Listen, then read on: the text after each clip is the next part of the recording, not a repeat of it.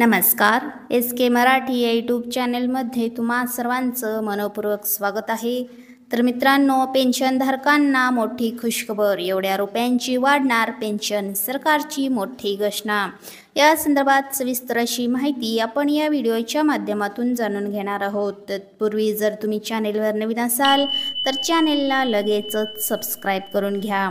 बघा तर मंडळी, पेन्शनधारकांसाठी एक अत्यंत दिलासादायक आणि आनंददायक बातमी आहे. यापूर्वी नोव्हेंबर महिन्यात जीवन प्रमाणपत्र सादर करणे अनिवार्य होते, मात्र आता या नियमात महत्त्वाचा बदल करण्यात आला आहे. कर्मचारी भविष्य निर्वाह निधी संघटनेने म्हणजेच EPFO एक नवा निर्णय घेतला आहे. या निर्णयामुळे लाखो पेन्शनधारकांना मोठा फायदा होणार आहे. आता जीवन प्रमाणपत्र सादर करण्यासाठी एकाच महिन्याची अट शिल्लक राहिलेली नाही. त्यामुळे पेन्शनधारकांना प्रमाणपत्र सादर करताना वेळेचे बंधन राहणार नाही. ही सुविधा विशेषतः वृद्ध व अडचणीत असलेल्या पेन्शनधारकांसाठी उपयुक्त ठरणार आहे. बघा तर मंडळी, जीवन प्रमाणपत्रात कोणकोणते नियमात बदल झालेले आहेत. EPFOने EPS 95 योजनेतील पेन्शनधारकांसाठी एक नवीन आणि दिलासादायक निर्णय घेतला आहे. आता पेन्शनधारकांना जीवन प्रमाणपत्र सादर करण्यासाठी ठराविक कालावधीची वाट पाहावी लागणार नाही. नव्या नियमानुसार पेन्शनधारक वर्षात कधीही आपले जीवन प्रमाणपत्र सादर करू शकतात. हे प्रमाणपत्र सादर केलेल्या तारखेपासून पुढील 12 महिने वैध राहील. त्यामुळे आता प्रमाणपत्राची वैधता 1 वर्षासाठी निश्चित झाली आहे.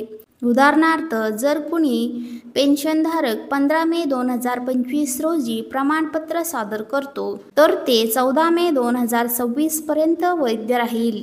यामुळे पेन्शनधारकांना लवचिकता मिळेल आणि अडचणीही कमी होतील. हा निर्णय वरिष्ठ नागरिकांसाठी अत्यंत उपयुक्त ठरणार आहे. बघा तर मंडळी, ज्येष्ठ नागरिकांसाठी विशेष सवलती कोणकोणत्या आहेत. ज्येष्ठ नागरिकांच्या सोयीसाठी सरकारने एक महत्त्वपूर्ण निर्णय घेतला आहे. 80 वर्षांहून अधिक वय असलेल्या पेन्शनधारकांना 1 ऑक्टोबर पासूनच जीवन प्रमाणपत्र सादर करता येणार आहे. ही सुविधा त्यांच्या वयाचा विचार करून विशेषतः लागू करण्यात आली आहे.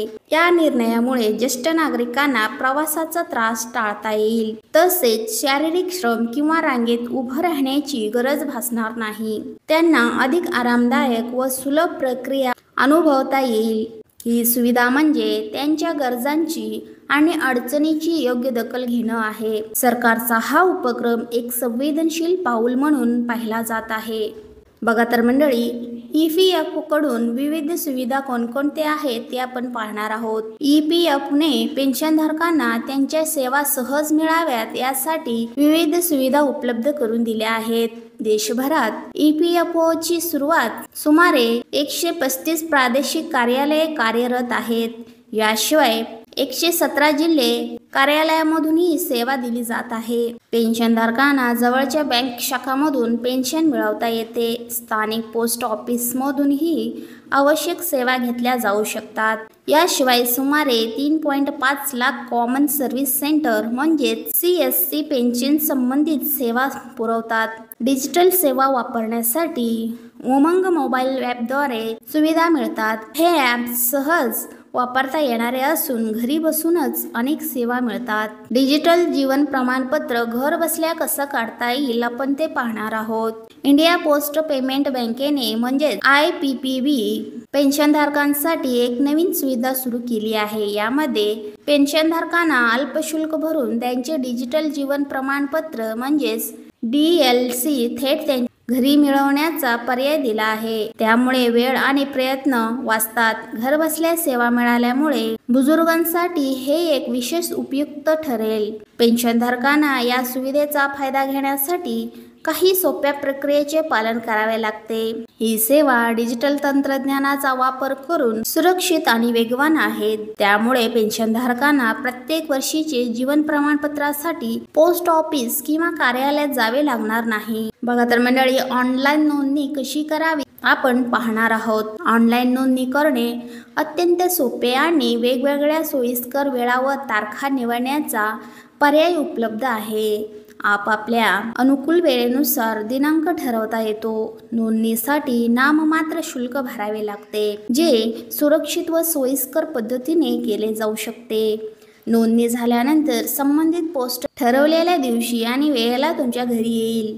तेथे पेन्शनधारकाला डिजिटल जीवन प्रमाणपत्रासाठी आवश्यक ती प्रक्रिया पूर्ण करण्यात येईल। यामुळे कार्यालयात जावे लागण्याची गरज भासणार नाही। घरबसल्या हे सर्व काम पार पाडल्याने वेळ व खर्च वाचतो। ही प्रक्रिया सोपी आणि पारदर्शक आहे, त्यामुळे पेन्शनधारकांना कोणतीही गैरसोय होणार नाही। चला तर मंडळी, अशाच महत्त्वपूर्ण बातम्यांच्या अपडेटसाठी व्हिडिओला लाईक करून चॅनेलला सबस्क्राईब करून घ्या। भेटूया पुढच्या व्हिडिओमध्ये। धन्यवाद।